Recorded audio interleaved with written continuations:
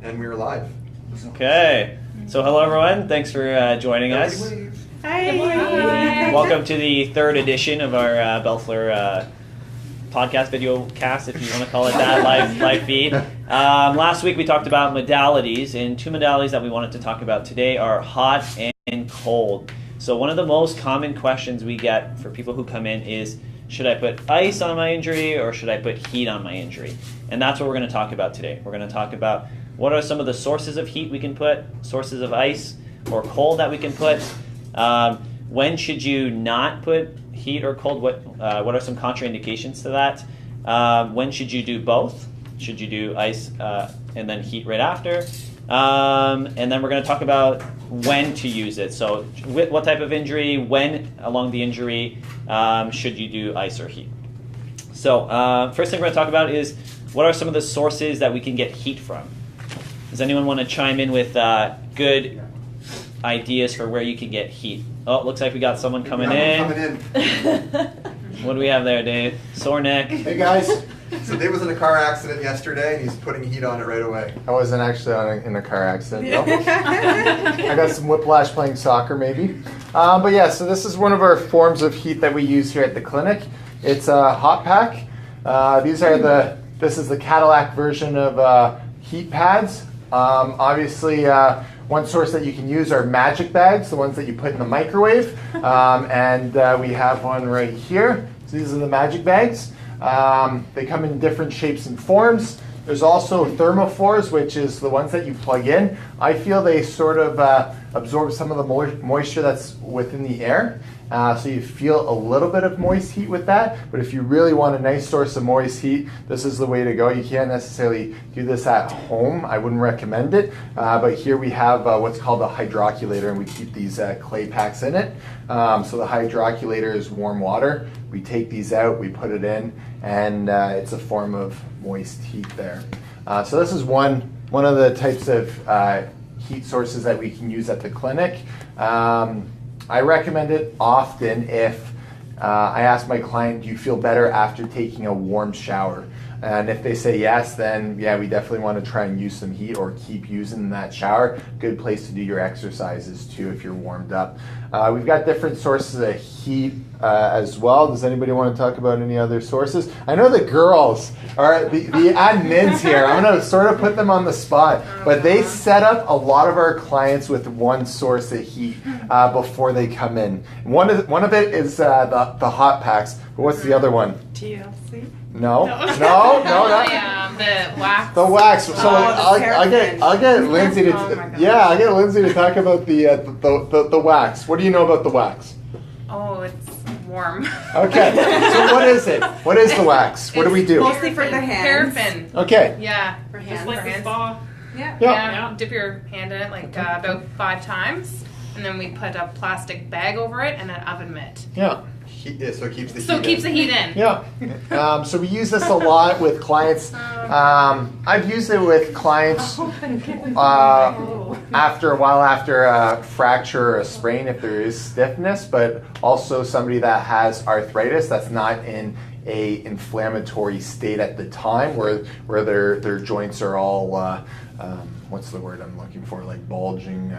Swollen, painful. Yep. So yeah, like the girl said, you dip your hand in, you put this plastic bag and an oven mitt on, and then afterwards, what I like about the paraffin wax is I think my favorite part is taking it all off, and then I get my clients to work on hand strength and dexterity with that ball of wax, and it makes your hands nice and soft as well.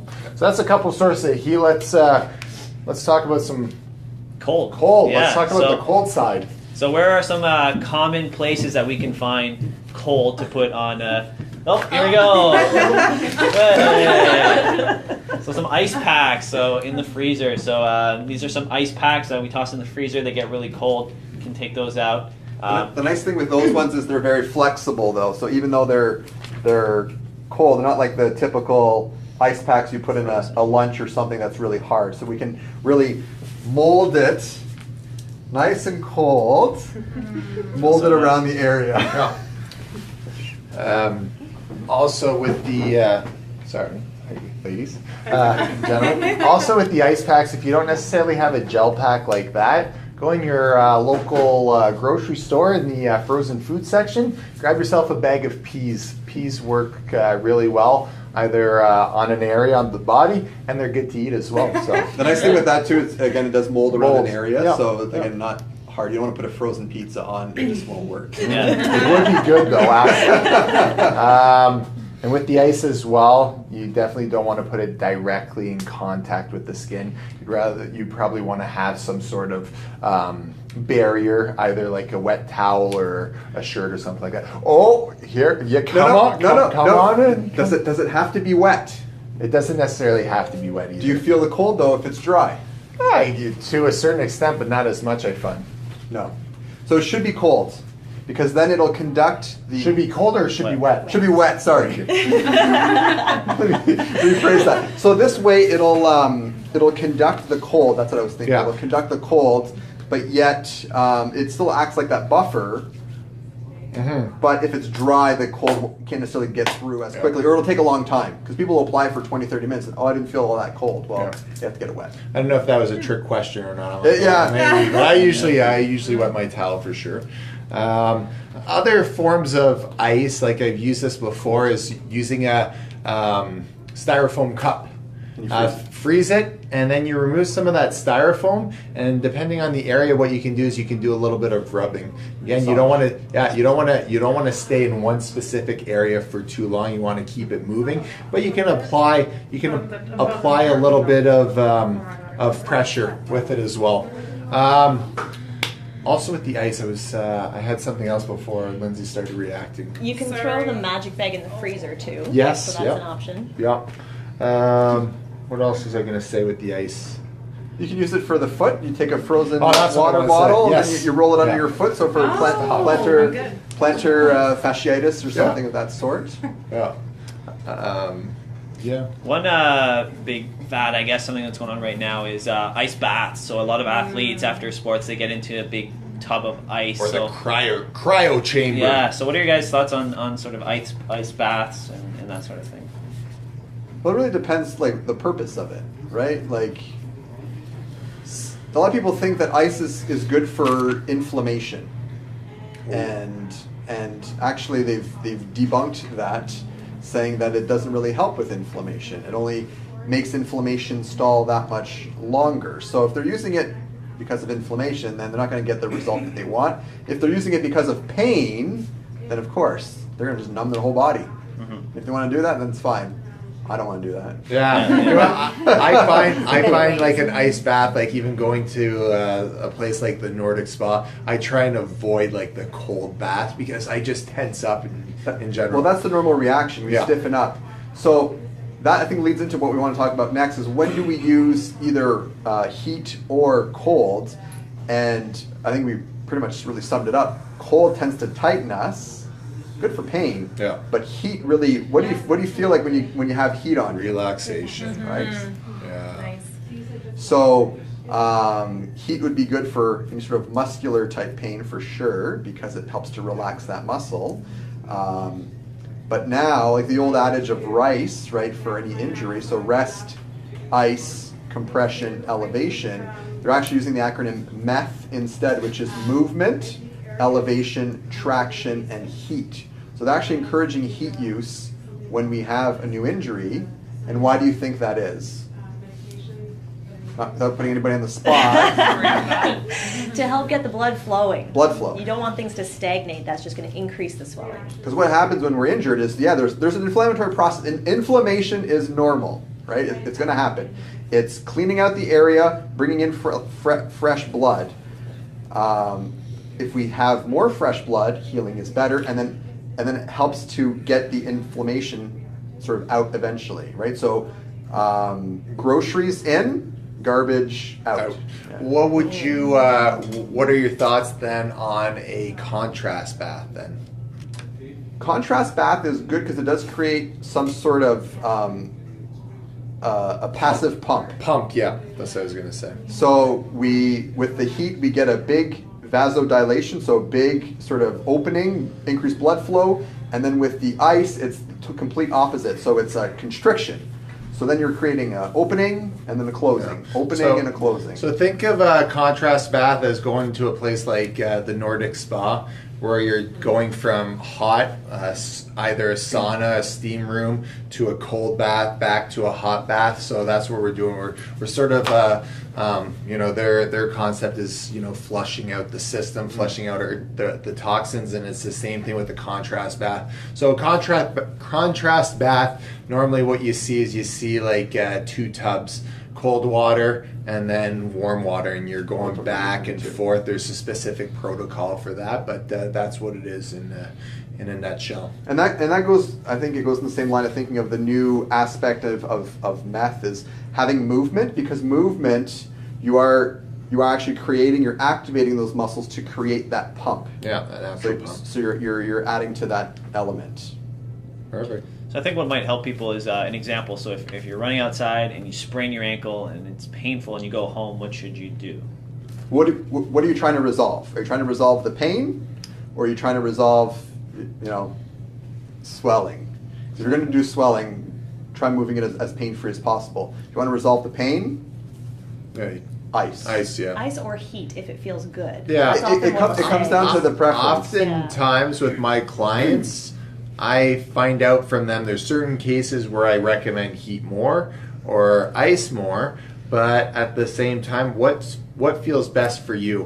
What do you get the most relief out of? But yeah, there's special circumstances where you strongly recommend one versus the other. The one time for sure that I'll recommend ice is when there's a throbbing pain that just won't go away, right? So that ice will just numb it and then will decrease it, and then you have actually more of a improved quality of life, because having pain like that really sucks. I found like myself when I broke my ankle, I had that throbbing at nighttime. Yeah. And I had to put that ice down just to calm things down a little bit, where I was able to get my sleep, and then during the day getting some movement going. Movement is big. Yeah. And another question we get a lot is, well, how long should we put the ice on for? How long should we put the heat on for? So what kind of parameters do you guys use, Aretha? Well, for ice, about 15 minutes, not longer than that, because you're at risk for having ice burns. And heat, about the same, about 15 minutes. And you want to make sure it's not too hot, so you want to have good sensation. Contraindication is having impaired sensation, because then you won't be able to feel. So you won't be able to feel if it gets too hot, and you're at risk of burns. So that is the time range that I'd recommend. And would you do that like once a day, or how often would be okay?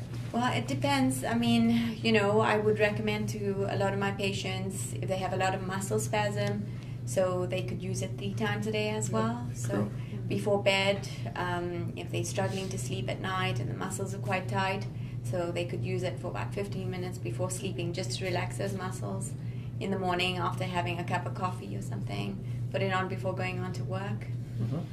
Now, typically too, if let's say you leave it on for 15 minutes, when you take it off, you don't want to put it right, like heat or ice for that matter, back on right away. You want to make sure that the skin gets back to its sort of normal temperature in that, so that you don't over stimulate, whether it's hot or cold. Might feel good at the time, but you don't want to necessarily live with the consequences of getting irritated skin or burnt skin afterwards. Perfect. Yeah. Do we have any live questions or anything by any chance? Well, I haven't seen any live questions, but people are always Who's watching? There's like 5 people watching right now. Hey! And like all our videos, if people do have questions and they don't want to post them right now, you can post, or they don't watch the video right now, you can always post them later in the comments section. We'll make sure to get to those questions. Yeah. Maybe, I think that sums it up pretty Yeah. good. All right. So it is a hot topic, and or is it a cold topic? and we do have a few blogs that go into heat versus cold, but as well the whole inflammatory process, and is ice the go-to thing. So we're going to link those into the comments field as well too, so that people can have a look, because it is very interesting. But by all means, if you have any questions, please feel free to post on the video, and we'll try to get to them. And then, if you have questions, not related to hot or cold, but there's another topic that you guys would like us to discuss, put in the comments section, and Well, there is a question here about patients with sciatica, so that could be maybe next week's. Okay, topic. just in general, or Yeah, are they? do you treat patients with sciatica as well? Okay, yeah, so we can get Absolutely. yeah, and what we can do is we can maybe discuss some of the tips that we have each physiotherapist, Yeah. some of the tips that we have for sciatica, because we don't all treat sciatica the same way. And actually, that's a very exciting topic. Maybe we can do some demonstrations and stuff like that. Because my clients with sciatica, if it's not something like acute, that they're able to manage, then I have a very active approach with my clients. I get my sweat on probably working with those clients. I'm jumping around with them and everything. So yeah. Stay tuned. Stay tuned. Yeah. Yeah. Okay. Perfect. Great. All right. Awesome. So finish with our Okay, everybody ready? Yes. Bell flap. PT. Woo! Have a good Have a day, nice folks. day. and we're out. Bye. That's a wrap. And that's a wrap. All right.